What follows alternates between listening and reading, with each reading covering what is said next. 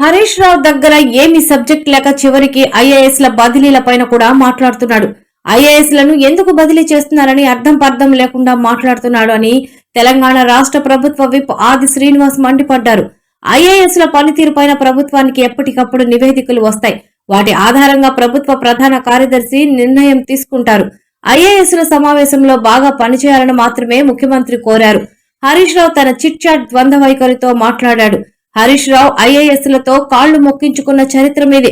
మహిళా కలెక్టర్లను అసభ్యంగా తాకి వార్తల్లోకి ఎక్కిన చరిత్ర అప్పటి మీ ఎమ్మెల్యేలది. మీ అవినీతి వల్ల ఐఏఎస్ అధికారి అరవింద్ కుమార్ సస్పెండ్ అయ్యారు. భవిష్యత్తులో ఆయన ఎక్కడికి పోతాడో అందరికీ తెలుసు. కొందరు ఐఏఎస్ ల పైన కేసులు నమోదవుతున్నాయి.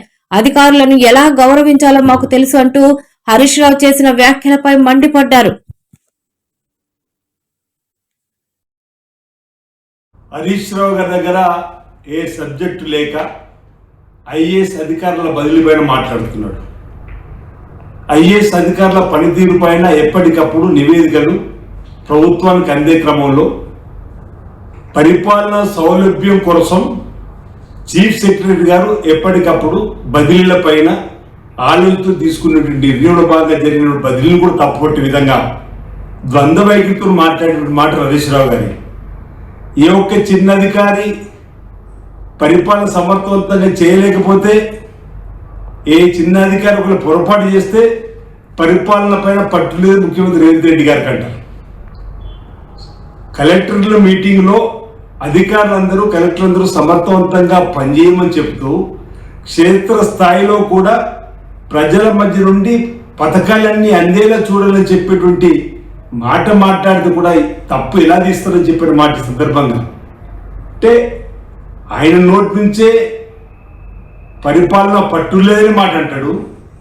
ఆయన నోటి నుంచే పరిపాలన సౌలభ్యం కోసం జరిగినటువంటి కార్యక్రమం తప్పు విధంగా మీ చరిత్రలో మీ 10 సంవత్సరాల పరిపాలనలో ఐఏఎస్ అధికారులతో కాళ్ళు పట్టించుకున్న నీచ సంస్కృతి మీది. మీ ఎమ్మెల్యేలు అయితే మహిళా కలెక్టర్లు ఐఏఎస్ సంబంధించినటువంటి వారిపైన ఈరోజు దుర్భాషలాడే విధంగా కానీ నైతికత లేని మాటలు మాట్లాడి విమర్శలకు పాలైనటువంటి సంగతి మర్చిపోయినా మీరు అడుగుతున్నాం. ఈరోజు మీ పరిపాలనలో ఐఏఎస్ అరవింద్ కుమార్ గారు సస్పెండ్ కాబడి రేపు ఒక నేరం రుజువైతే ఎక్కడికి పోతాడనేది ఒకసారి ఆలోచన చేయమని సందర్భం కోరుతూ, ఇంకా అనేక మంది మీ పరిపాలన చేసినటువంటి మీ వల్ల మీతో పరిపాలనలో అవినీతి అక్రమాలకు సంబంధించిన అంశంలో కూడా ఇబ్బంది పడేటువంటి సందర్భం వస్తుంది. దానికోసం నువ్వు చూసుకోవాల్సిన సందర్భం తప్ప ఈరోజు ప్రతి దానికి ఈరోజు రాజకీయ రంగు పొలిమేటువంటి కార్యక్రమం చేయడం సబబు కాదని మాట సందర్భంగా చెప్తూ, మీరు మాకు పాటలు చెప్పాల్సిన అవసరం లేదు.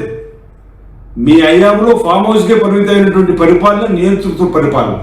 కానీ మా ముఖ్యమంత్రి గారు రేవంత్ రెడ్డి గారు ఇందిరమ్మ రాజ్యం వచ్చిన తర్వాత ప్రతినిత్యం 18 గంటలు కష్టపడుతూ సెక్రటరియట్ ఆధారంగా పరిపాలన సాగిస్తూ అధికారులందరికీ కూడా గౌరవాన్ని అందిస్తూ గౌరవిస్తూ సమర్థవంతంగా పనిచేస్తున్న అధికారులకు కితాబునిస్తూ ప్రజలలోకి వెళ్ళాలి. ప్రజల యొక్క మేలును ఈ ప్రభుత్వం ద్వారా ఇవ్వాల్సిన బాధ్యతను వారికి గుర్తింపు చేసే విధంగా మాట్లాడే మాటలు కూడా మీరు ఈ విధంగా మాట్లాడడం, దీన్ని విమర్శించడం సరికాదని మాట చెప్తూ, మా అధికారులు ఏ విధంగా గౌరవించుకోవాల్సి మా ముఖ్యమంత్రి గారు తెలుసు, ఆ విధంగా గౌరవించుకుంటాం.